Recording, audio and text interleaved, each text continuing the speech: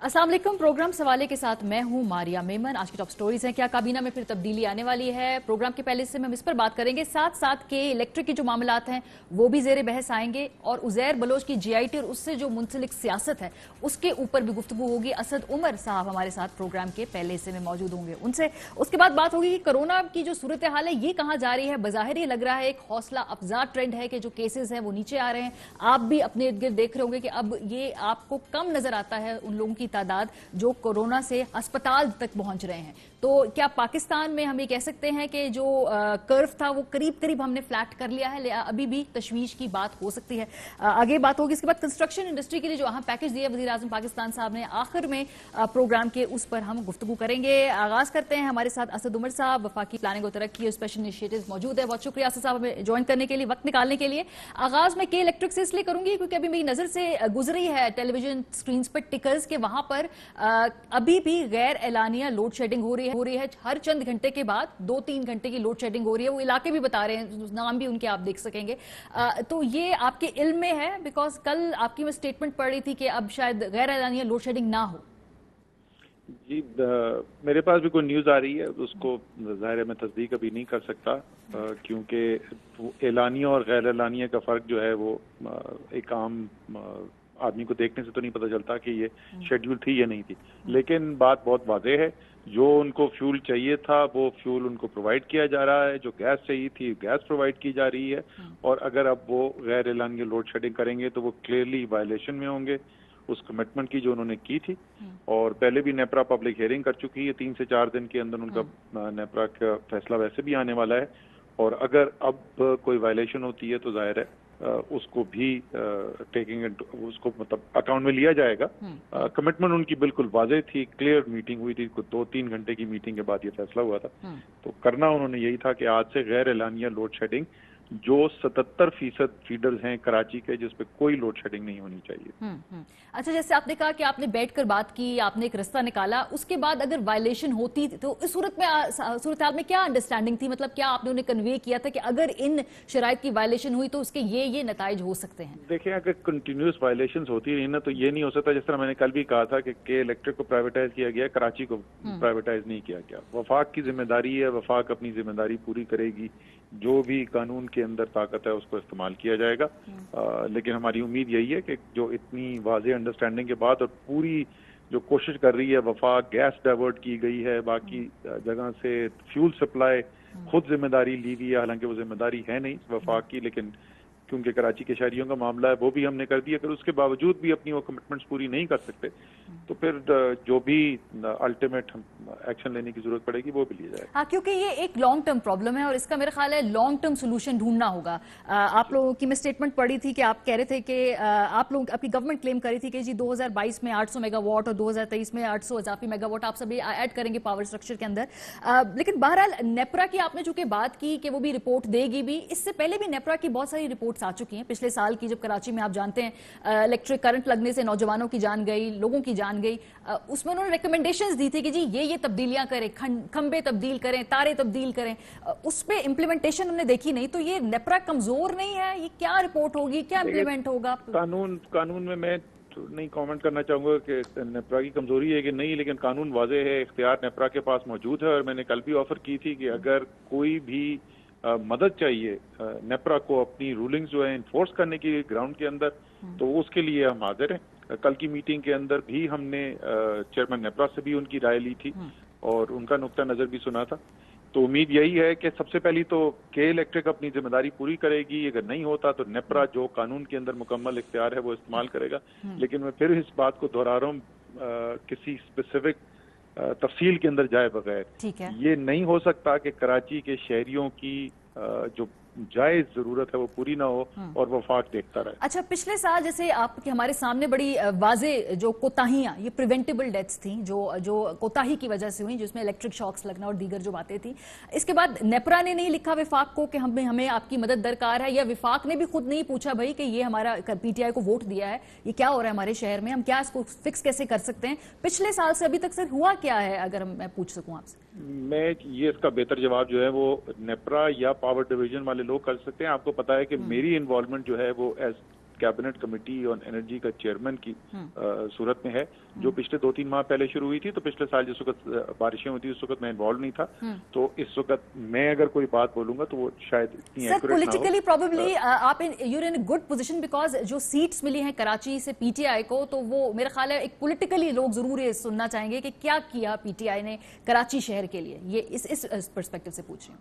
जी, मैंने जैसे कहा कि मैं उस चीज के अंदर डायरेक्टली क्योंकि इन्वॉल्व नहीं था, तो इसलिए मैं अगर कोई बात करूंगा तो हो सकता है वो एक्यूरेट ना हो। वो पावर डिवीजन के लोग यानी उमर अयूब साहब या नेप्रा जो है वो बेहतर जवाब दे सकती है। मैं अभी जो इस सिचुएशन में, क्योंकि अब मैं कैबिनेट कमेटी ऑन एनर्जी का चेयरमैन हूँ, उस वक्त मैं नहीं था इस पोजीशन के अंदर। अब मैं डायरेक्ट तो नहीं, इनडायरेक्ट अब मेरी इन्वॉल्वमेंट है, और इसलिए मैं बोल रहा हूँ कि कल जो फैसला हुआ है उस फैसले के ऊपर अगर अमल दरामद नहीं होगा, तो मैं तो बिल्कुल क्लियर हूँ, वाज़ेह है मेरे दिमाग में, जिम्मेदारी जो है कराची के अवाम की वो वफाक की हुकूमत के पास है, वो के इलेक्ट्रिक की नहीं है, वो नेपरा की नहीं है। उन इदारों ने जो काम करना है वो करेंगे, अगर वो नहीं करेंगे तो फिर वफाक को अपनी उसकी कमी पूरी करनी। ठीक है, आखिरी सवाल इस टॉपिक से मैं फिर आगे निकलूंगी, वो ये कि फिर इसका लॉन्ग टर्म सोल्यूशन क्या है? क्या ये जो के इलेक्ट्रिक के इशू का 2-3 साल से हम देख रहे हैं कि इसमें बेहतरी नहीं आ रही, सोल्यूशन नहीं इसका कोई अभी वाज़ेह नजर आ रहा, आपकी नजर में क्या है इसका? देखिए, 2 मुख्तलिफ हिस्सों में आप इसको डिवाइड कर सकते हैं। एक तो ऑपरेशनल इशू हैं जो उन्होंने मेंटेनेंस वगैरह के करने हैं, उसके अंदर कॉन्ट्रैक्चुअल जो एग्रीमेंट्स हैं वो नहीं हो पा रहे, उसकी वजह से प्रॉब्लम चल रहा है। और दूसरा प्रॉब्लम जो है लोड शेडिंग का, बिजली की कमी का है। वो मैंने कल भी एक्सप्लेन किया था कि सारे पाकिस्तान के अंदर सरमायाकारी हो रही थी, हम बिजली की कैपेसिटी भी ऐड कर रहे थे, लेकिन किसी ने ये नहीं देखा कि के इलेक्ट्रिक जो है वो कराची में सरमायाकारी नहीं कर रही, और ना ही वो इंफ्रास्ट्रक्चर क्रिएट किया जा रहा है कि अगर बिजली कराची में नहीं पैदा हो रही तो कम से कम बाकी पाकिस्तान से इंपोर्ट की जा सके। वो उसके ऊपर हमने काम करना शुरू किया है। वही मैं आदाद व शुमार कल आपको बता रहा था कि अगले 3 साल के अंदर 2150 मेगावाट कराची के अंदर या खुद पैदा होगा या रिसीव करने की सलाहियत क्रिएट कर दी जाएगी, यानी 70% जो बिजली की सप्लाई है कराची की, उसमें इजाफा किया जाएगा इस 3 साल के अरसे में। ठीक है, चलें, मुझे थोड़ा आगे बढ़ना है। अब चूंकि आज पीपल्स पार्टी ने काफी प्रेस कॉन्फ्रेंसेस की है, मुराद अली शाह साहब ने भी की है और सईद गनी साहब ने भी। ये जेआईटी का जो मामला है ऑफ कोर्स आपकी सामने है ही, इसको अली जैदी साहब लीड कर रहे हैं। तो ये जो उनका स्टांस है, जो उनकी स्टेटमेंट्स हैं, उनकी तमाम की ओनरशिप क्या पूरी तहरीक इंसाफ की गवर्नमेंट की भी ओनरशिप है, या वो इसको इंडिविजुअली जो है देख रहे हैं? इंडिविजुअल खान साहब की इजाजत तो है, लेकिन अब अली जैदी साहब जो बात करें वो हम पाकिस्तान तहरीक इंसाफ की गवर्नमेंट का पॉइंट ऑफ व्यू समझे ना, जो भी वो कहते हैं। गवर्नमेंट ऑफ पाकिस्तान का पॉइंट ऑफ व्यू बड़ा सादा सा है।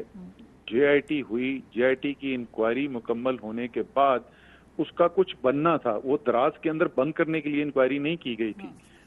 कराची के लोगों को बंद करके फैक्ट्री के अंदर आग लगा दी जाए या टारगेट किलिंग कर करके मारा जाए गैंस के जरिए, और उसकी तहकीकात हो और वो तहकीकात जो है वो दराज में बंद कर दी जाए, ये एक्सेप्टेबल नहीं है। इस बात को एक हतमी अंजाम तक पहुंचाना है। अली जैदी की जो पूरी कोशिश है वो उसकी कोशिश यही है कि वो एक कानूनी जरिए से, आईनी जरिए से इस मामले की हद तक पहुंचा जाए। अच्छा। और ये बात जो है 100% हुकूमत पाकिस्तान ओन करती है, तरीके इंसाफ ओन करती है। सर, उनका एक और मुतालबा है, वो कहते हैं कि जो जेआईटी से मुतालिक एक सुओ मोटो ले सुप्रीम कोर्ट, खासतौर पे जो वो 2 वर्जन सामने आए हैं, वो चाह रहे हैं उनको वेरीफाई कराए तो अदालत आलिया कराए। इदारे आप लोगों के पास हैं, आप खुद भी वेरीफाई करा सकते हैं, उनको एक दफा क्लियर कर दीजिए मामला। आप पीटीआई की गवर्नमेंट की पोजीशन भी यही है कि सुप्रीम कोर्ट अगर सुओ मोटो ले ले तो? नहीं, उन्होंने मेरे ख्याल में ये स्टेटमेंट इसलिए दिया है क्योंकि एक सूरत-ए-हाल ऐसी पैदा कर दी गई है जैसे ये कोई सियासी मामला है। हालांकि ये सियासी मामला तो है ही नहीं, ये तो एक सीधा सादा जुर्म का, कत्ल का मामला है। तो इसके अंदर तो सीधा फौजदारी लगनी चाहिए और कानून को अमल करना चाहिए, लेकिन क्योंकि उसको एक सियासी रंग दे दिया गया है तो इसलिए शायद वो चाहते हैं कि अगर सुप्रीम कोर्ट इसको सुओ मोटो एक्शन ले ले या सुप्रीम कोर्ट को रुजू कर लिया जाए मामला, तो वो एक बायस की जो इल्जाम लगेगा कि ये हुकूमत जो है कोई सियासी इंतकामी कार्रवाई कर रही है, वो उससे बचा जा सकता है। तो वो अगर जीआईटीज की हमने तस्दीक करनी हो और उसको विफाकी इदारों से उनको ऑथेंटिसिटी उनकी चेक कर ली जाए, आपको लगता है फिर उससे, लेकिन लगेगा कि जी कोई पॉलिटिकल इसके मोटिव्स हैं, इसलिए वो अगर सुप्रीम कोर्ट के अम्ब्रेला के तहत हो एक, तो मेरे ख्याल में ये वाला जो आंसर है वो उसमें एक एहतियात आ जाएगी और लोगों को कम से कम ये नहीं लगेगा कि ये कोई सियासी इंतकामी कार्रवाई की जा रही है किसी इदारे के जरिए, बल्कि एक आज़ाद अदलिया की छतरी के तहत ये अगर होगा तो मेरे ख्याल में ज्यादा इसमें पेशरफ करने में आसानी है। ठीक है, अच्छा, इस पे पोजीशन प्रिंसिपल जो है वो मैं आपको पहले क्लियर कर दूं कि डेफिनेटली पीपल्स पार्टी और उज़ैर बलोच की ताल्लुकात किसी से ढके छुपे नहीं है, ये इसके बारे में हर कोई जानता है और इसमें मेरा ख्याल है कोई जीआईटी की ज्यादा वेरिफिकेशन की जरूरत है भी नहीं कि भाई उनका क्या वहां पर किरदार था और किसकी मां पर क्या कर रहे थे। लेकिन सर इसका एक सियासी एंगल है और वो सियासी एंगल इस तरह से है कि अब मजीद कुछ स्टेटमेंट्स आ रही हैं कि जिसमें ये इंप्लाई किया जा रहा है कि ये तमाम बातें जानते हुए भी तहरीके इंसाफ उज़ैर बलोच और उनके साथ सियासी तौर पे चलने को तैयार थी। पहले मैं सईद गनी साहब जो कहा वो सुनवाती हूं, फिर मैं जी असद उमर साहब इस पे मैं आपका रिस्पांस चाहूंगी कि उस ये जानते बूझते कि क्या मुजरिमाना किरदार है उज़ैर बलोच और उनके साथियों का, पीटीआई फिर भी उनके साथ सियासी कोलिशन में उनके साथ चलना चाहती थी, ये बात कही है। और सईद गनी को ये पता चला इस बात का जिस वक्त अली जैदी ने एक बाकायदा मेहनत के साथ एक इशू को टीवी की स्क्रीन के जीनत बना दिया और सारे पाकिस्तान ने जब बात करनी शुरू की तो उसके बाद सईद गनी को इसका पता चला, क्योंकि मैंने आज तक सईद गनी से ये पहले तो नहीं सुना था। लेकिन 2011 की जो बात हो रही है उस वक्त मैं सियासत में था नहीं, मैं डायरेक्ट तो उस पर कमेंट नहीं कर सकता सिवाय इसके के बात बिल्कुल समझ से मेरी बाहर है कि उस वक्त क्या चीज थी तहरीक इंसाफ के हाथ में कराची में, जिसकी बुनियाद के ऊपर अमन कमेटी जो उनके साथ काम करेगी। लेकिन 2014 का जो धरने की बात कर रहे हैं वो तो इतना बड़ा मजाक है। यहाँ मेरे कराची में जो घर है उसके घर के पास होता था, वहाँ मेरी बीवी बैठी होती थी रोज शाम को और वहाँ पे जो लोग होते थे वो अगर आप आके देख लेते, आप पता नहीं आपका कभी वहाँ पे हुआ था, आप अगर गई हो तो वहाँ आपको अमन कमेटी टाइप को लोग नजर आते थे, फैमिलीज बैठी हुई होती थी, चंद सौ लोग होते थे, स्क्रीन लगी हुई होती थी, बिल्कुल ही मजा का खेज बात की है सईद गनी। वो कह रहे कि जो लड़काना का जलसा था वहां पर भी भेजे, फिर कराची में आप लोगों को जहां जहां मैन पावर की जरूरत होती थी लियारी से वो गाड़ियां भर के भेजा करते थे आपको उज़ैर बलोच। ये जो पीपल्स पार्टी जलसे करते हैं कराची में, वहां तो उनको लियारी से बंदा कोई नहीं मिलता जिसको वो कहते हैं मिनी लड़काना है, और हमारे जलसे कराची के जो लाखों के जलसे होते हैं वो लियारी से बढ़ जाते हैं। जैसे मैंने कहा बिल्कुल ही मजा का खेज बात कर रहे हैं। 14 सीटें कराची से मिली हैं तहरीके इंसाफ को, लाखों लोगों ने तहरीके इंसाफ को वोट दिया है, तहरीके इंसाफ को किसी से बसें भरवाने की जरूरत नहीं है। वो कहते हैं कि आप लोग लियारी में जा ना सकते कि अगर हमारी सपोर्ट ना होती, वो तो उसको बिल्कुल स्ट्रीट लेवल पॉलिटिक्स पे बता रहे हैं ना कि यहाँ पर भी हमने आपको सपोर्ट किया, लियारी में आपका एंट्री भी मुश्किल हो जाती। लियारी में जिसने एंट्री की शकूर शायद, मैं उसको पहले नेशनल असेंबली में एक दफा नर का बच्चा बोला था तो बड़े पत्नी साफी भी नाराज हो गए थे। नर का बच्चा होना मेरे ख्याल पत्नी क्या बुरी चीज होती है। दलेर आदमी है वो, वहां पे खड़ा हुआ, उसने इलेक्शन जीता और लोगों की याददाश्त के लिए बिलावर जरदारी को हरा के इलेक्शन जीता, वो लियारी के अवाम को वोट लेकर आया। ठीक है, अच्छा, इन हाइंडसाइट चूंकि अब ये तमाम बातें आ रही हैं, जुल्फिकार मिर्जा साहब तो ऑन रिकॉर्ड है, वो ओनरशिप लेते हैं जी उस वक्त जो भी हुआ कराची में, उनकी जो अहलिया है, उनकी जो जमात है वो इस वक्त आपके साथ कोलिशन में है, तो आप समझते हैं कि इस पे बात करनी चाहिए है या आप लोगों को कोई ना कोई इस पे आपको जैसे कहते हैं कोई पोजीशन आप लेनी पड़ेगी या उन तक कन्वे करना पड़ेगा कि भाई ये हो रहा है, आप हमें बताइए कि क्या है इसकी हकीकत, मतलब इस पे you comfortable in the coalition with them right now जब ये मालूमात सामने आई हैं? जी बिल्कुल, हमारी जो नुक्ता नजर है बड़ा सादा सा है और ये सिर्फ इस इशू पे नहीं है, हर इशू पे ये होता है। कानून सबके लिए बराबर है, बिल्कुल साफ शफाफ तहकीकात हो, उन तहकीकात की बुनियाद के ऊपर जो भी मुर्द इल्जाम ठहराया जाए उसको सजा दी जाए। ये बुनियादी असूल है हमारी सियासत का। सारी इमरान खान की जो पोजीशन है, जो सारा उनका नजरिया है, वो इसी बुनियाद के ऊपर खड़ा हुआ है। जहाँ तक इस सूरत-ए-हाल की बात है, हमें कोई डॉक्टर फहमीदा मिर्जा से हमारे पास कोई शिकायत नहीं आई है और आपको पता है कि मेरी जिम्मेदारियों के अंदर जो MQM और GDA जो है उनके साथ जो हमारी लाइजों के लिए जो टीम बनी हुई है तहरीके इंसाफ की, मैं उसका हिस्सा भी हूं, बल्कि लीड करता हूं। मेरे पास उनके पास से इस सिलसिले में कोई शिकायत नहीं है। जहां तक मुझे पता है वो सपोर्ट करती हैं इस बात को कि एक शफाफ अमल के जरिए तहकीकात भी हो और फैसला भी किया जाए। सर, उनके खावन की वैसे ऑन टेलीविजन और ऑन इन हिज प्रेसर्स काफी एक ओपन पोजीशन है। बहरहाल मैं आगे बढ़ूंगी, अब थोड़ी सी मैं बात करना चाहूंगी काबीना के हवाले से। जो खबरें हैं कि शायद फिर कुछ रद्दो बदल होगा, इसमें कहाँ किस हद तक जो है सदाकत है कि आने वाले चंद हफ्तों में कुछ हम देख रहे हैं दोबारा शफलिंग होगी, चेंज होगा?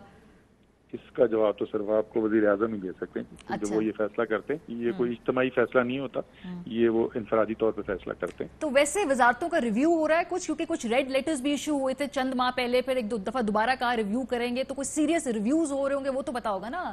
نہیں، وہ پرفارمنس ریویو تو مستقل عمل چلتا رہتا ہے، وہ تو ایک کنٹینیوس پروسیس ہے. عمران خان صاحب جو ہیں ان کی ساری زندگی کی ٹریننگ یہ ہے، وہ صرف ہارنے کے بعد تجزیہ کر کے اور بہتری کا راستہ نہیں ڈھونڈتے، وہ جیتنے کے بعد بھی سب سے پہلے یہ کہتے ہیں کہ اچھا چلیں اب بیٹھے ہیں، اب دیکھیں اور کیسے بہتر ہو سکتا ہے. سو وہ ایک ریویو کا عمل جو ہے وہ تو مستقل حصہ ہے گورنمنٹ کا. اچھا، بیکاز وہ فواد صاحب نے جو بات کی تھی 6 ماہ کی مہلت والی، اس سے بھی ذرا یہ امپریشن ملا کہ شاید خان صاحب الٹیمیٹم بھی دے رہے ہیں کہ بھائی 6 مہینے ہیں ہمارے پاس اپنا گیئر اپ کرنے کے لیے. خان صاحب ہمیشہ یہی کہتے ہیں کہ آپ نے کبھی بھی کسی چیز کو، آپ جس کو انگریزی میں بولتے ہیں نا don't take it for granted, آپ روزانہ جب صبح اٹھیں تو آپ یہ سوچیں کہ آج میں اور بہتری کیسے کر سکتا ہوں. تو وہ تو میں نے ان کا، جیسے میں نے کہا کہ آپ ان کی زندگی کا فلسفہ اگر آپ دیکھیں نا تو پورا فلسفہ یہی ہے. بلکہ لوگ مجھ سے شروع میں پوچھتے تھے جب وزیر اعظم بنے تو آپ کا کیا خیال ہے، میں نے کہا یار مجھے یہ پتا ہے جب 5 سال ختم ہوں گے نا تو عمران خان اس سے بہت بہتر وزیر اعظم ہوں گے جتنے وہ پہلے دن ہیں، کیونکہ ان کا فلسفہ یہ ہے کہ وہ سارا وقت یہ سوچتے رہتے ہیں کہ میں اور بہتری کیسے کر سکتا ہوں. تو وہ تو ان کی ایک بنیادی فلسفے کا حصہ ہے. اچھا چلے، آخری مجھے حصے میں جانا ہے آپ سے گفتگو کے کووڈ کے بارے میں. یہ اچھی حوصلہ افزا بات ہے جو ڈیٹا میں دیکھ رہی تھی کہ اب ہمیں ارد گرد نظر بھی آ رہا ہے کہ تعداد کم ہوئی ہے. میں نے ہسپتالوں کے فگرز دیکھے ہیں اور جو اس طرح انٹینسو کیئر یونٹس ان کے فگرز دیکھے ہیں. سو ابھی ہم کس فیز میں ہیں اسد عمر صاحب؟ کیا ابھی ہم کہیں کہ جو کرو ہے وہ فلیٹننگ کے قریب ہیں، یا ابھی بھی ہمیں دیکھنا ہوگا، ابھی کیسز بڑھ سکتے ہیں اگر احتیاط نہ کی؟ ابھی کس فیز میں ہے پاکستان اگر میں آپ سے پوچھوں؟ دیکھیں، یہ ساری دنیا کا ابھی تک تجربہ یہ رہا ہے کہ آپ اگر صحیح اقدامات لیتے ہیں تو اس سے جو ہے وبا کے پھیلاؤ کے اندر کمی آتی ہے. لیکن وہ کمی آنے کے بعد بھی اگر آپ دوبارہ سے بد احتیاطی شروع کر دیں، اگر آپ جو ڈاکٹر صاحبان کی اور ماہرین کی جو تدابیر ہیں، جو حفاظتی تدابیر جن کا انہوں نے کہا ہوا ہے، آپ ان کو چھوڑ دیں تو یہ وبا دوبارہ تیزی سے پھیلنا شروع ہو جاتی ہے.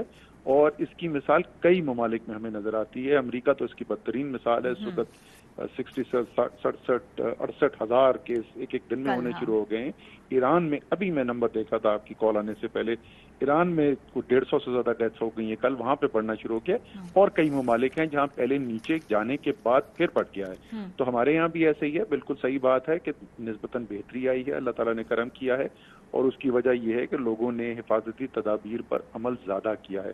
لیکن اگر ہم واپس اسی طرز عمل پر چلے جائیں گے جیسے ہم زندگی کووڈ سے پہلے گزارتے تھے اور ویکسین آنے سے پہلے یہ کریں گے تو یہ کسی وقت بھی وبا دوبارہ تیزی سے پھیل سکتی ہے. اور اس وقت جو سب سے بڑا ہمیں آگے نظر آ رہا ہے، عید آ رہی ہے اور اس کے بعد محرم آ رہا ہے. یہ 2 ایسے مواقع آ رہے ہیں جس میں ہمیں زیادہ کیئرفل ہونا ہوگا. اسپیسیفکلی پوچھ لوں کہ اگلے 2 مہینے میں کیسز کی تعداد آپ لوگ کیا ایکسپیکٹ کر رہے ہیں؟ کیا پاکستان پیک کر چکا ہے یا ابھی اس نے پیک کرنا ہے؟ کیسز بیچ میں ڈپ کر کے پھر بڑھیں گے؟ یہ پروجیکشنز کیا ہیں آپ لوگ؟ دیکھیں، ہماری پہلی پیک کر کے تو ہم اس سے نیچے آ گئے. وہ میں نے کل ٹویٹ بھی کی تھی. ہمارے جو ہسپتال میں آکسیجن کے اوپر جو لوگ ہیں یا وینٹیلیٹر پہ جو لوگ ہیں ان کی تعداد میں جون 20 سے کل تک 28% کمی آئی تھی. تو وہ پہلی پیک تو نیچے آ گئی ہے. اگلے 2 ماہ مکمل طور پر اس بات پر دار و مدار ہوگا کہ عمومی طور پر ہم حفاظتی تدابیر پر عمل کرتے رہیں گے، اور خصوصی طور پہ کیا ہم عید اور محرم جو ہے اس کے اندر ان تدابیر کے اوپر عمل کر پائیں گے یا نہیں. اگر ہم کر پائیں گے تو انشاءاللہ تعالیٰ اس میں آہستہ آہستہ مزید کمی آتی رہے گی ان کیسز کے اندر. لیکن اگر خدا نخواستہ بد احتیاطی ہوئی تو یہ واپس اوپر بھی جاتا ہے. بالکل جی، عوام کے تعاون کے بغیر حکومت کچھ نہیں کر سکتی. آج آپ کی نظر سے وہ بی بی سی کی ایک سٹوری گزری اسد صاحب جس میں انہوں نے کچھ آپ کی ٹیسٹنگ کے حوالے سے سوالات اٹھائے ہیں، آپ کی نظر سے گزری وہ؟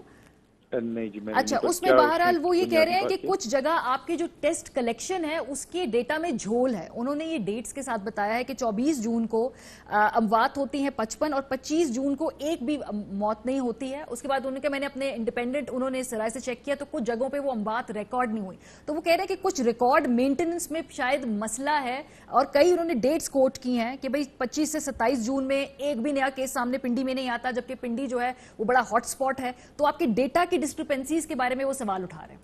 नहीं, पहली बात तो मुझे तो कोई ऐसा दिन नहीं याद कि हमारी कम से कम भी जिस दिन केस रिपोर्ट हुआ है, मैं एनुअल नेशनल उसके नंबर्स की बात करता हूँ, वो कोई 2500 है, पहले वो पीक पे 6800 तक गया था, लेकिन रिपोर्टिंग के अंदर लैग जरूर होता है, हमें पंचिंग अप जरूर नजर आती है। कभी कभी ऐसे होता है कि हमारे केसेस जो हैं वो 2 या 3 दिन के केसेस की एंट्री किसी एक इलाके में एक दिन में होती है, ऐसा तो जरूर होता है। तो वो क्यूमुलेटिव बुनियाद के ऊपर तो वो नंबर ठीक हो जाता है, लेकिन उस दिन का अगर आप देखेंगे तो ऐसे दिन आते हैं जहाँ पे डेटा एंट्री जो है उसके अंदर ताखीर होती है, वो जरूर होता है। अच्छा, टेस्टिंग जो है हमने आपसे ही सुना कि कैपेसिटी पहले 50 तक ले गए, 1000 तक, अब मेरा ख्याल है कि 70,000 का फिगर भी है, you can correct me if I am wrong, लेकिन हम कर कम रहे हैं। हमने 22 की है, सॉरी 24,000 हमारी टेस्टिंग है आज के दिन की, जो 11 तक की हमने रिकॉर्ड किया है। तो कम क्यों कर रहे हैं हम टेस्टिंग?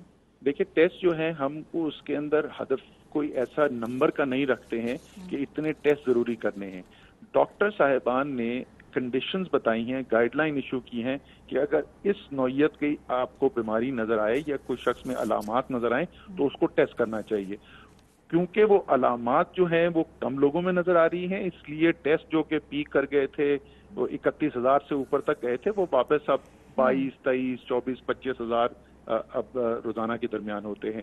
हमने कंपैरिजन करके देखा, अभी ये सवाल मैंने अपने डॉक्टर जो एक्सपर्ट्स हैं, माहिरीन हैं, उनसे भी ये पूछा था और उन्होंने कंपैरिजन करके बताया कि अमेरिका के अंदर जो गाइडलाइंस और पाकिस्तान के अंदर गाइडलाइंस जो हैं वो तकरीबन बराबर हैं। इसके बावजूद जो है कल ही चीफ मिनिस्टर पंजाब के साथ हमारा सेशन है और उसके अंदर हम पंजाब के जो दरमियाने साइज के जो शहर हैं, सरगोदा है, शेखुपुरा है और इसी तरह के जो शहर है, रहीम यार खान है, वहाँ का हम खास तौर पर फोकस करना चाहते हैं कि क्या वहाँ पर भी उन गाइडलाइंस को मुकम्मल तौर पे फॉलो किया जा रहा है। क्योंकि जाहिर है हमारी कोशिश यही है कि वो जितने लोग जो माहिरीन की गाइडलाइंस के मुताबिक जिनमें अलामात ऐसी हों कि उनको टेस्ट करना जरूरी है, तो वो तमाम लोगों को टेस्ट किया जाए। अच्छा, बिकॉज जो एक सीधा सीधा फॉर्मूला जो हमें बताया गया वो था कि जितनी ज्यादा अग्रेसिव टेस्टिंग होगी उतना ही ज्यादा हम डिटेक्ट कर पाएंगे। टेस्टिंग अगर हम कम करेंगे इसका मतलब है कि केसेस मौजूद हो सकते हैं, वो एसिम्प्टोमेटिक हो या किस तरीके के भी हो, लेकिन वो मौजूद रहेंगे, हम सिर्फ उनको पकड़ नहीं पा रहे हैं। तो ये नहीं, ये जो है ये स्ट्रैटेजी, इस पे बहुत लोग बात करते हैं, मेजॉरिटी जो माहिरीन की है वो इससे एग्री नहीं करती कि एसिम्प्टोमेटिक लोगों को भी टेस्ट किया जाए। माहिरीन ज्यादातर यही एग्री करते हैं और उसकी वजह बहुत सादा सी है, आप एसिम्प्टोमेटिक हो सकते हैं और काफी तादाद में एसिम्प्टोमेटिक है, लेकिन आपकी पॉसिबिलिटी किसी और को वायरस पास ऑन करने की कम होती है, निस्बतन बहुत कम होती है अगर आप एसिम्प्टोमेटिक हो। आप दूसरे को ट्रांसमिट उस वक्त करते हैं, ज्यादा आपकी चांसेस उस वक्त होते हैं जब आप सिम्प्टोमेटिक हो। तो इसलिए डॉक्टर साहिबान ये कहते हैं कि जो सिम्प्टोमेटिक हैं उनकी 100% टेस्टिंग की जाए और फिर कॉन्टैक्ट ट्रेसिंग की जाए, यानी वो लोग जो पॉजिटिव निकले वो अगर ना भी सिम्प्टोमेटिक हों, क्योंकि सिम्टम अलामात जाहिर होने में कुछ दिन लग सकते हैं, तो कॉन्टैक्ट्स आइडेंटिफाई किया जाए, उनकी निशानदेही की जाए और उनकी टेस्टिंग की जाए। तो ये लोग वो जिनमें अलामात हैं और वो जो पॉजिटिव टेस्ट हुए, उनके जो करीबी लोग हैं, जो कॉन्टैक्ट्स हैं, उन दोनों की टेस्टिंग जो है वो डॉक्टर्स कहते हैं। ठीक है, बहुत शुक्रिया। असद उमर साहब हमारे साथ मौजूद थे। कोविड से बात की कि कराची इलेक्ट्रिक से मुतालिक बात की और जो जीआईटी है उज़ैर बलोच की उससे हवाले से भी सवालात किए। अभी हम ब्रेक पर जाएंगे, वापस आएंगे, हमारे साथ माहिरीन होंगे, डॉक्टर्स। कहाँ पाकिस्तान जो है इस वक्त टेक्निकली खड़ा है ये तो असद उमर साहब ने बताया, लेकिन उसकी थोड़ी और डिटेल में जाएंगे उन एक्सपर्ट्स के साथ। आप लोग हमारे साथ रहिए। Welcome back. प्रोग्राम के हिस्से में हमारे साथ डॉक्टर जावेद अकरम साहब हैं, vice chancellor university of health sciences, studio में आज हमारे पास हैं, और डॉक्टर शमाइल दाऊद माहिर हमारे साथ बराह रास्त हैं। बहुत शुक्रिया आप दोनों को, मैंने इसलिए जहमत दी, आपको गाहे बगाहे देते भी रहते हैं ये दावत कि आप हमारे शो पे आएँ, बात करें। डॉक्टर साहब आपसे आगाज़ करूंगी। इस वक्त वैसे अगर हम देखें तो एक थोड़ा हेल्दी ट्रेंड है, बज़ाहिर ये लगता है कि वो जो खौफ था एकदम बहुत बड़ी पैमाने में लग रहा था कि केसेस सामने आ रहे, कुछ ठहराव आया है उसके अंदर।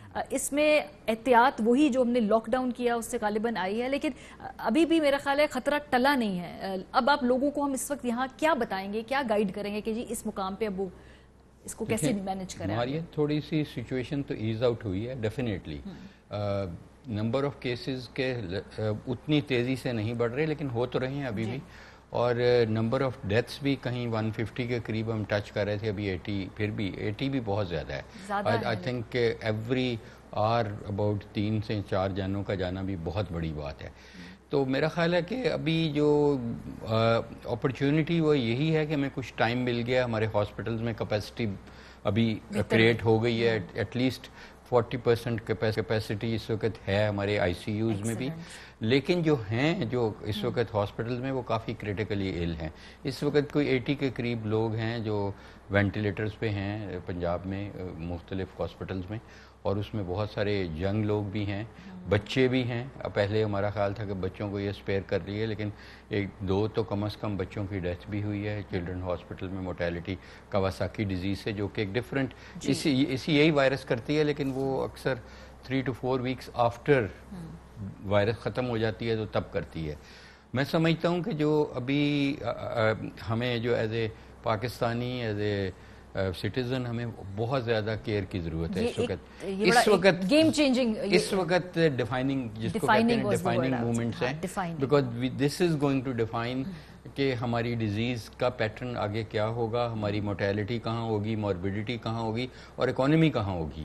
دیکھیں یہ ساری چیزیں اسی پہ ڈیپینڈ کریں گی. اگر ابھی ہم نے رسپانس اچھا کر لیا یہ آئی مین کہ نیکسٹ 6 weeks, تو پھر تو ہوپ فلی یہ اینڈیمک رہے گی, کبھی نہ کبھی کہیں نہ کہیں سر اٹھاتی رہے گی.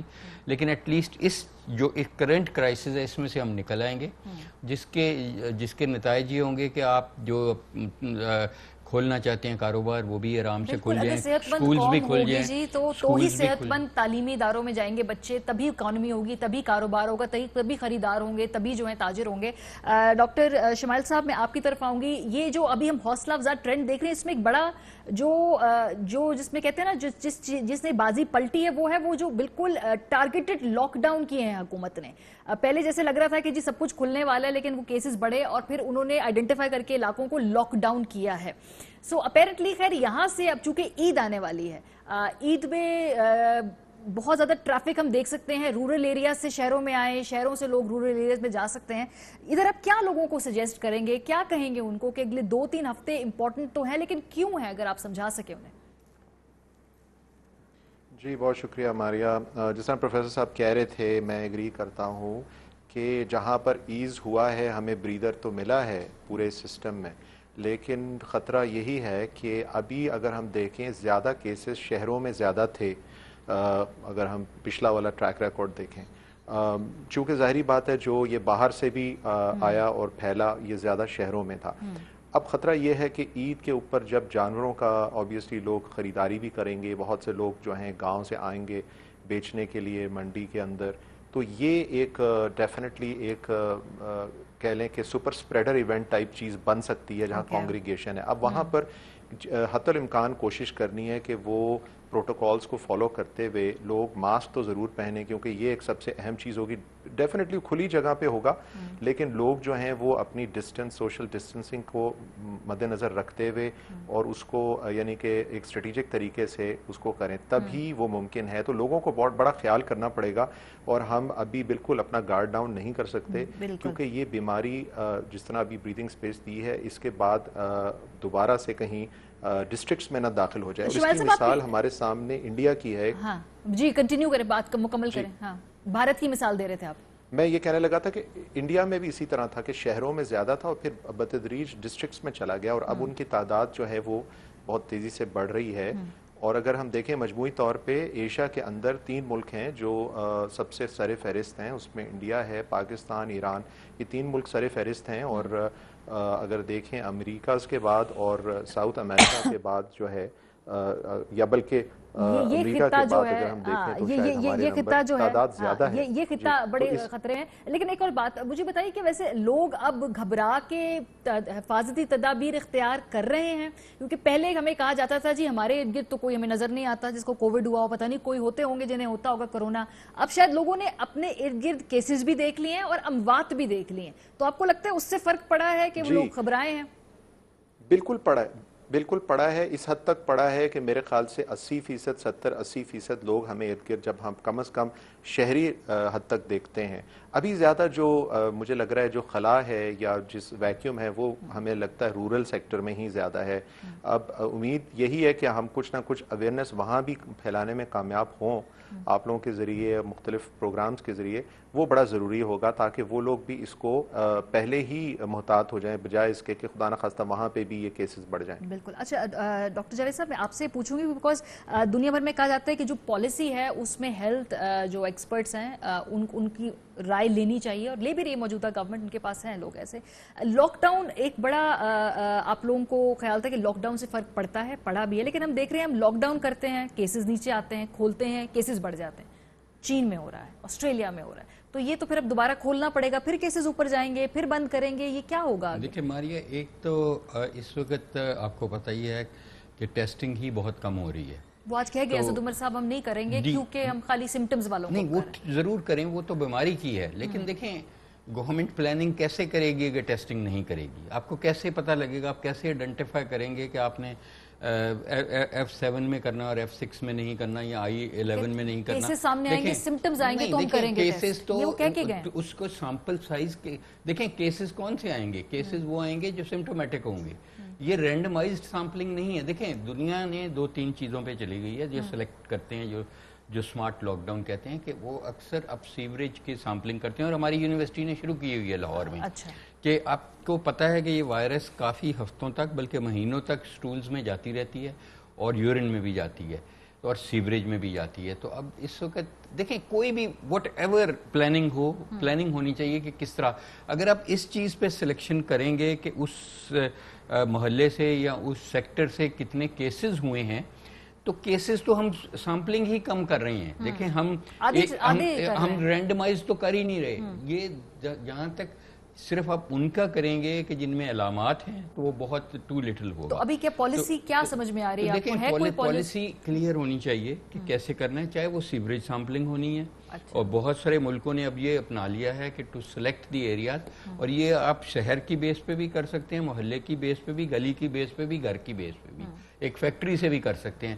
کہ آپ کو صرف سیوریج کے ہماری کیونکہ واسا کے ساتھ کوارڈینیشن ہے، تو ہمیں انہوں نے پورا دے دیا ہوا ہے لے آؤٹ. تو ہم نے پلان کرنا ہوتا ہے کہ سیمپلنگ ہم نے کس جگہ سے کرنی ہے. آلدو ہم تو ایک اسٹڈی کی خاطر کر رہے ہیں، اپنی ریسرچ کی خاطر کر رہے ہیں، لیکن it is a good tool to be use. یہ طریقہ کار موجود ہے. جی موجود ہے.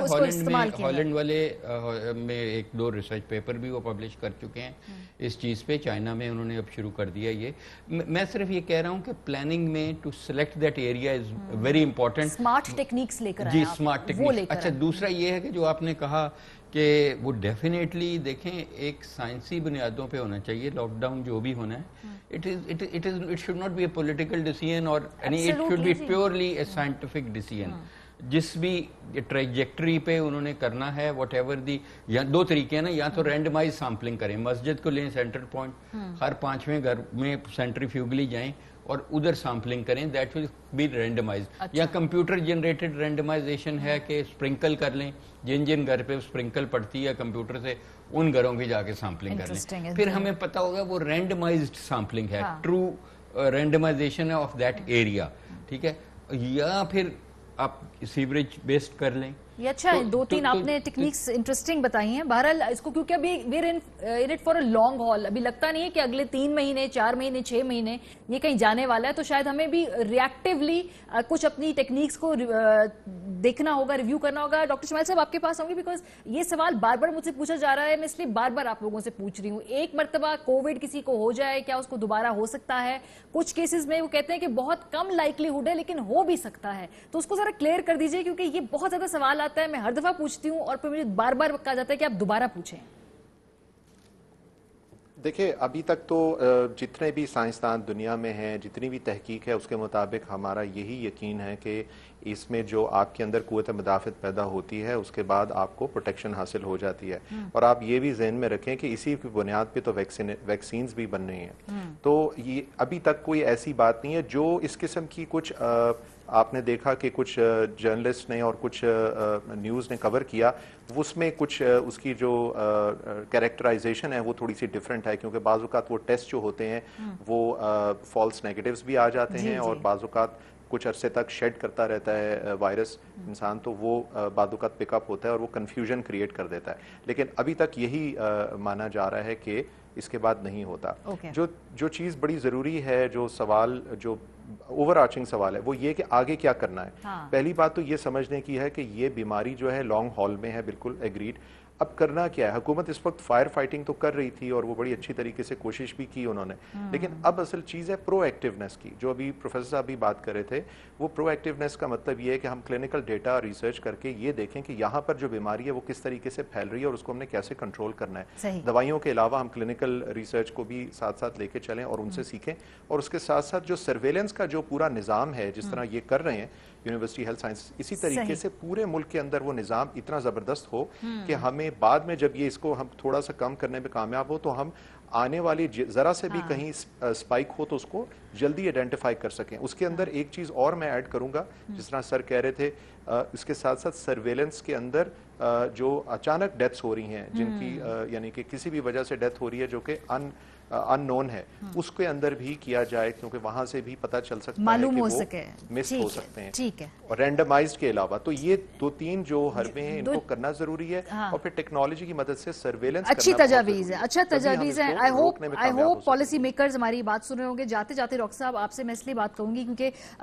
ठीक होने के बाद, रिकवर होने के बाद मैं पर्सनली सोच रही हूँ मैंने प्लाज्मा डोनेट करना है। अच्छा, 2-3 बातें कि एक तो ये मुझे बताइए तरीकेकार क्या होगा, दूसरा है कि कुछ ये भी होता है कि लोग आपसे प्लाज्मा डोनेट करके ले लेते हैं, वो आगे बेचते हैं, तो ये फ्रॉड लग रहा है ना हमारे मुल्क के अंदर। तो जरा बता दें, गाइड कर दें लोगों को, क्या करें। देखिए, प्लाज्मा की अभी भी ये एक्सपेरिमेंटल थेरेपी है, ये नहीं कहा जा सकता कि ये कोई एस्टेब्लिश थेरेपी है या गाइडलाइन बेस्ड थेरेपी है। जो मेरा ख्याल है पहली जो हम रिलीज़ कर रहे हैं किसी भी दवाइयों की दुनिया में, वन ऑफ द फर्स्ट, वो प्रोटेक्ट स्टडी की 20 जुलाई को इंशाल्लाह यूनिवर्सिटी ऑफ हेल्थ साइंसेज में करने लगे हैं, जहाँ पे हमारे 6 आर्म्स हैं कि कौन सी दवाई what works and what doesn't work in Covid. तो वो तो एक एविडेंस बेस्ड होगा, पहला एविडेंस का खतरा होगा बारिश का, जो हमें बताएगा। प्लाज्मा की हमारी स्टडी ऑलमोस्ट कंक्लूड हो चुकी है, जिसको अब हम एनालिसिस की स्टेज पे है और पब्लिश करने जा रहे हैं। तो उसका मेरा तरीकाकार ये है कि देखें, जो भी डोनेट करना चाहते हैं वो हमारे पूरे पाकिस्तान में सेंटर्स हैं। आपके करीबी सेंटर यहाँ पे पिम्स हॉस्पिटल में है, इस्लामाबाद में, और पेशावर में खैबर टीचिंग हॉस्पिटल है, वहाँ UHS है पंजाब में, उसके हमारे मुख्तलिफ सेंटर्स हैं। कराची में ज़ाहिर है इंस्टीट्यूट ऑफ ब्लड डिजीज़ है शमशी साहब का। तो वो सिर्फ ये है कि उनके हमें टेस्ट करने पड़ते हैं कि उनमें एंटीबॉडीज इतनी हैं कि वो शेयर कर सकें। और 2-3 हफ्ते बाद जाएं या कितने अरसे बाद? 2 वीक्स आफ्टर देयर इलनेस, जब एसिम्प्टोमेटिक हो जाएं या वो टेस्टेड नेगेटिव हों और वो साइटोकाइन स्ट्रायम या सीरियसली इल ना हो चुके हों, या उनको कोई ऐसा रेजिडुअल लंग डैमेज ना हो, अल्लाह ताला ने उनको बिल्कुल क्योर कर दिया हो, देन दे आर एलिजिबल। उसके बाद वो इन 4 जगहों पे जाकर रब्ता कर सकते हैं। बहुत शुक्रिया आप दोनों का। ब्रेक के वापस आएंगे। हुकूमत ने जो कंस्ट्रक्शन इंडस्ट्री के लिए पैकेज दिया है, प्रोग्राम के आखिरी हिस्से में उस पर बात होगी। आप लोग हमारे साथ। Welcome back. प्रोग्राम के सिलसिले में बात करेंगे जो हुकूमत ने कंस्ट्रक्शन इंडस्ट्री के लिए जो पैकेज अनाउंस किया है, उस पे क्या टेक है, उस पे क्या व्यू है बिजनेस कम्युनिटी का। लेकिन उससे पहले क्विकली मैं आपको बता दूं कि ये जो कंस्ट्रक्शन पैकेज है, शोबा तामीरात के लिए जो मराहती पैकेज है, इसके चीता निकात हैं क्या। कमर्शियल बैंक अब घरों और फ्लैट्स की तामीरात और खरीदारी के लिए कर्ज पर सिर्फ 5 से 7% सूद लेंगे। 5 मरले के घर या फ्लैट के लिए 5% शरह सूद पर 30 लाख तक का कर्जा मिलेगा। 10 मरले के घर या फ्लैट के लिए 10% शरह सूद पर 50 लाख तक का कर्जा मिलेगा। कमर्शियल बैंक अपने पोर्टफोलियो का 5% तामीरात के लिए रखेंगे। नया पाकिस्तान हाउसिंग स्कीम के तहत पहले 1 लाख घरों के लिए हुकूमत फी घर 3 लाख रुपए की सब्सिडी देगी और तामीरात की इजाजत के लिए हर सूबे में अब एक 1 विंडो ऑपरेशन हुआ करेगा। अब हर दफ्तर से NOC लेने नहीं जाना पड़ेगा, तमाम काम ऑनलाइन हल होंगे। इस मराहती पैकेज से 31 दिसंबर तक फायदा उठाया जा सकेगा और यह भी साथ साथ वाजे किया गया है कि जो सरमायाकार हैं उनसे ज़राए आमदन नहीं पूछे जाएंगे। इस पूरे मामले पर गुफ्तगू करने के लिए आरिफ हबीब साहब मारूफ कारोबारी शख्सियत है, हमारे साथ मौजूद है। बहुत शुक्रिया सर, मैं ज्वाइन करने के लिए। सबसे पहले तो मैं आपका इनिशियल रिस्पांस जानना चाहूंगी, ये जो एक नया हुकूमत इनिशिएटिव है, जो एक मराती पैकेज है, इस पे आप की क्या, पहले मुझे बताइए कि आपकी ओपिनियन क्या है इसके ऊपर। ये आई थिंक ये बड़ी खुशआइंद बात है पाकिस्तान के लिए कि बिल आखिर जो है वो बहुत ही ज़्यादा कंस्ट्रक्शन के बारे में और घरों की अवेलेबिलिटी के बारे में जो है वो बात होती रही है, और अब फाइनली जो है वो एक बहुत ही कॉम्प्रहेंसिव पैकेज जो है वो इन प्लेस हो गया है। एंड आई बिलीव कि ये बहुत जल्द इसके अंदर हम ऐसा नज़र आता है कि बहुत ज़्यादा एक्टिविटी जो है वो शुरू हो जाएगी। खुद गवर्नमेंट ने तो एक अपनी बात की है कि हम 1 लाख घरों के लिए उन्होंने सब्सिडी जो है 30 बिलियन रुपीस की एलोकेट की है बजट में। बट आई बिलीव कि इसमें जो प्राइवेट डेवलपर्स लैंड का जो कॉन्सेप्ट है उसमें जो है वो प्राइवेट सेक्टर डेवलपर्स जो है वो इसमें जब शामिल होंगे तो ये नंबर काफी बड़ा हो जाएगा, क्योंकि ये जो सब्सिडी तो जो है वो छोटे लोगों के लिए है। बट आई बिलीव कि जो मार्केट बेस्ड रेट पर भी मॉर्गेज फाइनेंसिंग की अवेलेबिलिटी जो 20 साल के लिए जो है वो मॉर्गेज फाइनेंसिंग की अवेलेबिलिटी से जो है वो लोगों की घर को खरीदना जो है वो उनकी दस्तरस में आ जाएगा। और अभी जैसा कि पाकिस्तान में आपको इल्म है कि लोग ज्यादातर अपनी इक्विटी से जो है वो खरीदते हैं, अपने ही पैसों से सारा जो है वो घर खरीद रहे होते हैं। लेकिन ये बैंकिंग फैसिलिटी के हासिल हो जाने से बहुत सारे लोग जो है वो जो घर खरीदने में जो है वो पीछे रह जाते हैं और प्राइसेस बढ़ जाती हैं जब बाय द टाइम वो अपनी सेविंग पूरी इतनी बना लेते हैं कि वो घर ले सकें। तो आई थिंक ये फैसिलिटी से डिमांड बढ़ेगी मुल्क में, और वो डिमांड बढ़ेगी तो जो इंसेंटिव्स हैं उसकी वजह से सप्लाई और बेहतर होगा मामला। एक और बात आरिफ साहब, ये बड़े गैर मामूली हालात हैं इस वक्त दुनिया में। कोविड है, जो ओवरऑल इकोनॉमीज हैं वो इस वक्त जो है उनमें एक तशवीश है दुनिया भर में, आपके मुझसे बेहतर समझते होंगे। ऐसे वक्त में आप समझते हैं अगले आने वाले 6 महीने में जो 31 तक की डेडलाइन है, क्या अहदाफ आप देख रहे हैं? क्या ये इसकी कामयाबी के कितने आप देख रहे हैं कि रोशन इम्कानात होंगे इस मौजूदा सूरत हाल कोविड के तनाजुर में? आई थिंक ये जो कोविड के मामला थे जाहिर है वो ज्यादा अप्रैल मई में ज्यादा जो है वो संगीन थे, लेकिन जून में जो है उसके हालात कुछ बेहतर हुए हैं। और जिस तरह के हमने देखा कि बहुत सारी कारोबार जो है वो दोबारा से खुल गए हैं, और जून के अगर आप नंबर देखेंगे तो सीमेंट की सेल्स में जो है वो बहुत खातिर ख्वाह इम्प्रेसिव इजाफा हुआ है, स्टील की सेल्स में इजाफा हुआ है, ऑटोमोबाइल में इजाफा हुआ, और दूसरे सेक्टर्स में भी जो है वो बेहतरी के आसार नजर आने लगे हैं। जुलाई भी जो है वो आई बिलीव के सो फार जो है वो बेहतर जा रहा है इन प्रेजेंट हालात के अंदर। तो वो सिचुएशन ऐसा नजर आता है। और फिर जो हमारे कोविड के मामलात का भी जो है वो ग्राफ इम्प्रूवमेंट की तरफ नजर आ रहा है।